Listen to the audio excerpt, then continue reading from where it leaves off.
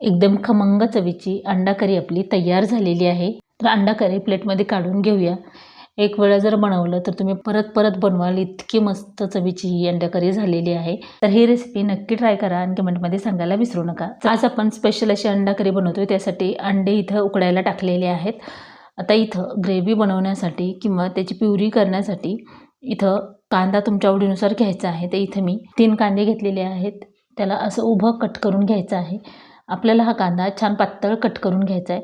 तर सर्व कांदे आपण अशाच प्रकारे कट करून घेऊया। बघू शकता कांदे छान पातळ असं कट करून घेतलेले आहेत। आता टमाटर सुद्धा अशाच प्रकारे आपल्याला कट करून घ्यायचं आहे। आता इथं हंडी ठेवली, हंडीमध्ये साधारण 2 पळी तेल टाकून घ्यायचं आहे। कांदा आणि टमाटर आपल्याला परतून घ्यायचे किंवा छान असं सॉफ्ट होईपर्यंत शिजवून घ्यायचं आहे। तर इथं 1 मोठी कोथिंबीर, अर्धा इंच अद्रकचा तुकडा, 4 हिरवी मिरची आणि 1 कांडी लसूण घेतलेला आहे। तर ह्या हंडीमध्ये हे कांदा जे आहे ते टाकून घ्यायचं आहे आणि तेल जे आहे ते कडकडीत गरम होऊ द्यायचे। तर हा कांदा छान असा सॉफ्ट होईपर्यंत आपल्याला परतून घ्यायचा आहे। कांदा थोडासा गरम होते तोपर्यंत आपण अंडे सोलून घेऊया। अंडे उकडून झाल्यानंतर थंड पाण्यात टाकून घ्यायचे आणि त्यानंतर ह्याचे साल काढायचे आहेत। तर अंड थोडंसं आपटून घ्यायचे किंवा अंडे चांगल्या प्रकारे शिजले की साल सुद्धा अशा प्रकारे व्यवस्थित असं निघलं जातं। तर हे बघा, अशा प्रकारे हे पूर्ण साल काढून घेऊया। पूर्ण अंडे सोलून घेतलेले आहेत, हे बाजूला करून घेऊया। कांदा सुद्धा तोपर्यंत बऱ्यापैकी सॉफ्ट झालेला आहे। आता याच्यामध्ये आपल्याला बाकीचं साहित्य टाकायचंय। पहिल्यांदा टमाटर टाकून घेऊया। टमाटर सुद्धा एकदम सॉफ्ट होईपर्यंत आपल्याला हे परतून घ्यायचं आहे। कांदा आणि टमाटर परतून झालं की परत याच्यामध्ये लसूण, हिरवी मिरची आणि अद्रकचा तुकडा टाकून घ्यायचा आहे। आता हे सुद्धा व्यवस्थित आपल्याला परतून घ्यायचं आहे। सर्व साहित्य व्यवस्थित परतून झाल्याच्या नंतर याच्यामध्ये 10 ते 12 काजू टाकून घ्यायचे आहेत। जे तुम्ही हॉटेलमध्ये जाऊन अंडा करी खाता त्यापेक्षा सुद्धा भन्नाट चवीची ही अंडा करी होते। साधारण 1-2 मिनिट हे सर्व आणखीन एकदा परतून घेऊया। हे परतून झालेलं आहे। आता आपण हे एखाद्या ताटामध्ये काढून घ्यायचंय आणि थोडंसं थंड करून परत आपल्याला मिक्सरला फाईन पेस्ट याची तयार करून घ्यायची आहे। परत याच्यामध्ये 1 पळी मी तेल टाकून घेतलेलं आहे। तेल छान कडकडीत गरम होऊ द्यायचंय। याला थोडेसे कट लावून घ्यायचे आहेत अशा प्रकारे, म्हणजे मसाला जे आहे त्या अंड्यामध्ये व्यवस्थित जातो आणि अंड्याची चव सुद्धा छान लागते। आपल्याला हे अंडे कट लावून घेतल्यानंतर परतून घ्यायचे आहे। पूर्ण अंड्याला कट लावून घेतल्याच्या नंतर हे तेलामध्ये सोडून घ्यायचे आणि तेल सुद्धा छान कडकडीत गरम करून घ्यायचे। त्यामध्येच आपल्याला पाव चमचा लाल तिखट आणि चुटकीभर हळदी पावडर आणि थोडंसं मीठ टाकून हे छान असं हे अंडे जे आहे ते फ्राय करून घ्यायचे। म्हणजे त्याच्यामध्ये व्यवस्थित तेलामध्ये परतून घेतले की अंड्याची चव मस्त अशी लागते।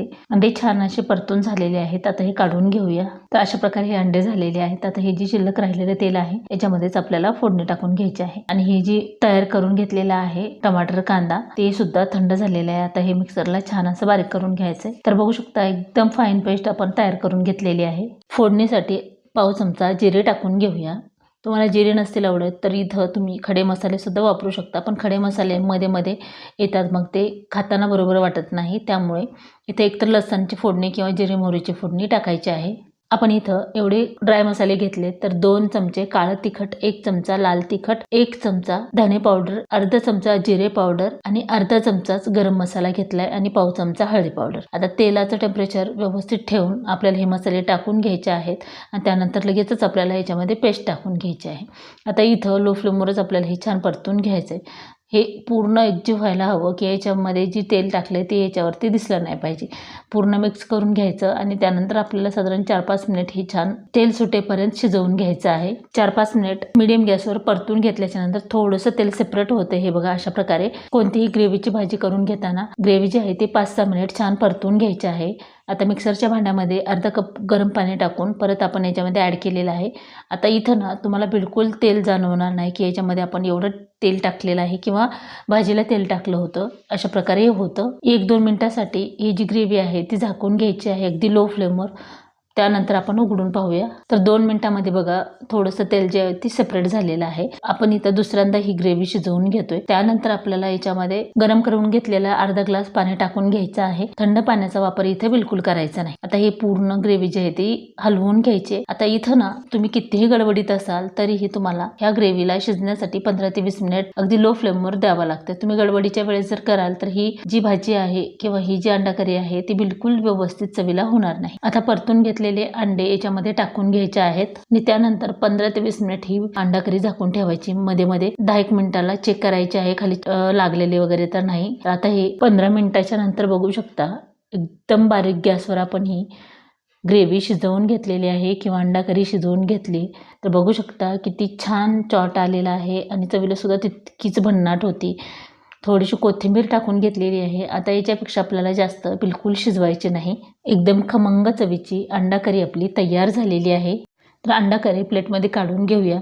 बघू शकता एकदम स्मूथ अशी ही ग्रेव्ही झालेली आहे आणि इतकी चवीला खमंग ही अंडा करी होते.